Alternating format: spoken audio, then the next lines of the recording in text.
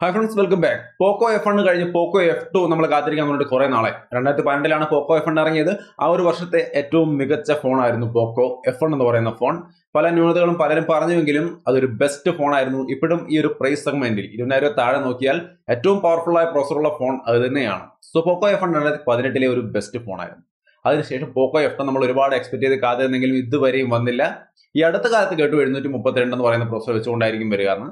പിന്നീട് അവർ മാറ്റി പറഞ്ഞിട്ടുണ്ട്, അതെല്ലാം നല്ല പ്രോസസ്സർ തന്നെയായിരിക്കും ഉപയോഗിക്കാന്നൊക്കെ പറഞ്ഞിരുന്നു. പിന്നെ വേറൊരു പ്രധാനപ്പെട്ട കാര്യം കൂടി ഒഫീഷ്യലി പറഞ്ഞത് 20,000 രൂപ താഴെയോ 20,000 രൂപയ്ക്കോ ആയിരിക്കില്ല Poco F2 വരിക, അതിന് മുകളിൽ തന്നെ ആയിരിക്കുമെന്നാണ്. സോ 20,000 മുകളിലാണ് Poco F2 വരികയാണെങ്കിൽ തന്നെ വരാൻ പോകുന്നത്.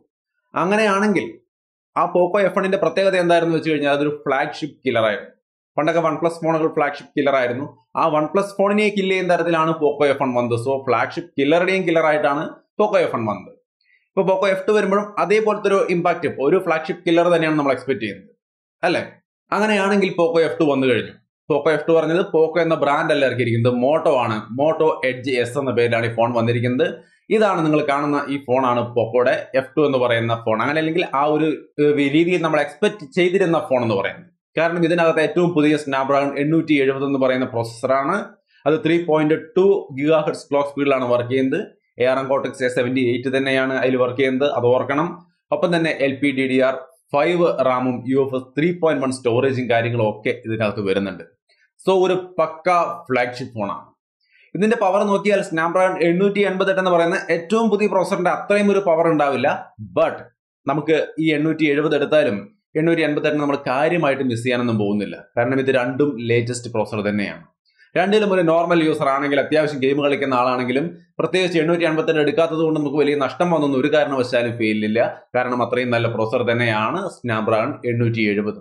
സോ ഈ ഒരു പ്രോസസർ വെച്ചുകൊണ്ട് വരുന്ന ആദ്യത്തെ ഫോൺ മോട്ടോ എഡ്ജ് എസ് ആണ്. ഇതിന്റെ വില 22,500 ആണ്. അപ്പൊ ചൈനയിൽ ഇതിന്റെ പ്രൈസ് ആണ് പറഞ്ഞത് 22,500 രൂപയ്ക്കാണ് ഈ പറയുന്ന സ്നാപ്ഡ്രാഗൺ 870 എന്ന പ്രോസസർ വെച്ചുകൊണ്ടുള്ള ഈ ഒരു ഫോൺ അവർ അവതരിപ്പിച്ചിരിക്കുന്നത്.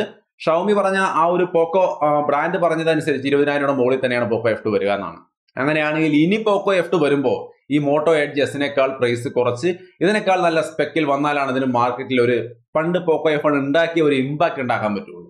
സോ നിങ്ങൾ അത്തരത്തിലൊരു Poco F2 വേണ്ടി എക്സ്പെക്ട് ചെയ്തിരിക്കുന്ന ആളാണെങ്കിൽ ഇനി നിങ്ങൾക്ക് ഈ മോട്ടോ എഡ്ജ് എസിനെ പരിഗണിച്ചാലും തെറ്റൊന്നും വരാനില്ല. കാരണം മോട്ടോയും നല്ലൊരു ബ്രാൻഡ് തന്നെയാണ്. ഇപ്പൊ ലെനോവോ ഓണ്ടാണ് എങ്കിൽ പോലും അവരും നല്ലൊരു ബ്രാൻഡ് തന്നെയാണ്, നല്ല അഭിപ്രായമുള്ള ഒരു ബ്രാൻഡാണ്. അവരുടെ കയ്യിൽ നിന്നാണ് ഏറ്റവും പുതിയ ഒരു പവർഫുൾ ആയ ഡിവൈസ് വന്നിരിക്കുന്നത്.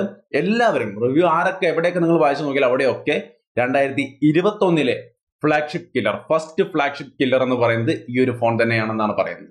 സോ എനിക്കും അത് തന്നെയാണ് തോന്നുന്നത്. ഈ ഒരു പ്രോസസറും കാര്യങ്ങളും ഈ ഒരു സ്പെക്കും കാണുമ്പോൾ തീർച്ചയായിട്ടും ഇത് തന്നെയാണ് 2021 പക്ക ഫ്ലാഗ്ഷിപ്പ് കില്ലർ. ഇനി ഇതിനേക്കാൾ ബെറ്റർ ആയിട്ട് ഒരെണ്ണം ഇറങ്ങിയാൽ മാത്രമേ ഒരു പുതിയ ഫ്ലാഗ്ഷിപ്പ് കില്ലർ നമുക്ക് പറയാനുള്ളൂ. എന്തായാലും ഇത് അടിപൊളിയാണ്.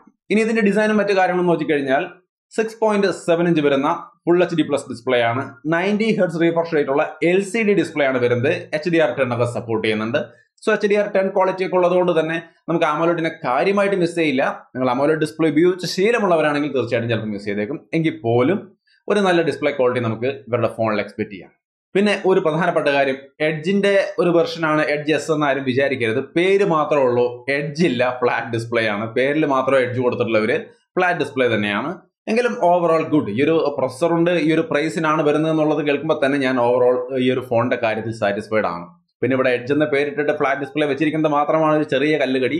മറക്കണ്ട, എഡ്ജ് അല്ല, ഫ്ലാറ്റ് ഡിസ്പ്ലേ ആണ്. ഇനി ഇതിന്റെ ക്യാമറ സെഗ്മെന്റിലേക്ക് വന്നു കഴിഞ്ഞാൽ ഒട്ടും മോശമല്ല കാര്യങ്ങൾ. 64 മെഗാ പിക്സലിന്റെ മെയിൻ ക്യാമറയുണ്ട്, 16 മെഗാ പിക്സലിന്റെ വൈഡ് ആംഗിൾ ക്യാമറ, 2 മെഗാ പിക്സലിന്റെ ഒരു സെൻസറും ഉണ്ട്, പിന്നെ ഒരു TOF ലെൻസും കാര്യങ്ങളും ഉൾപ്പെടുന്നുണ്ട്. സോ ഒരു ക്വാഡ് ക്യാമറ സെറ്റപ്പ് ആണ്. TOF ലെൻസ് അടക്കമുള്ള ഒരു ക്വാഡ് ക്യാമറ സെറ്റപ്പ് ആണ്. 16 mega pixel plus 8 mega pixel front camera, dual front ക്യാമറയാണ്, dual punch hole camera setup ആണ്. നിങ്ങൾക്ക് ഇവിടെ കാണാം.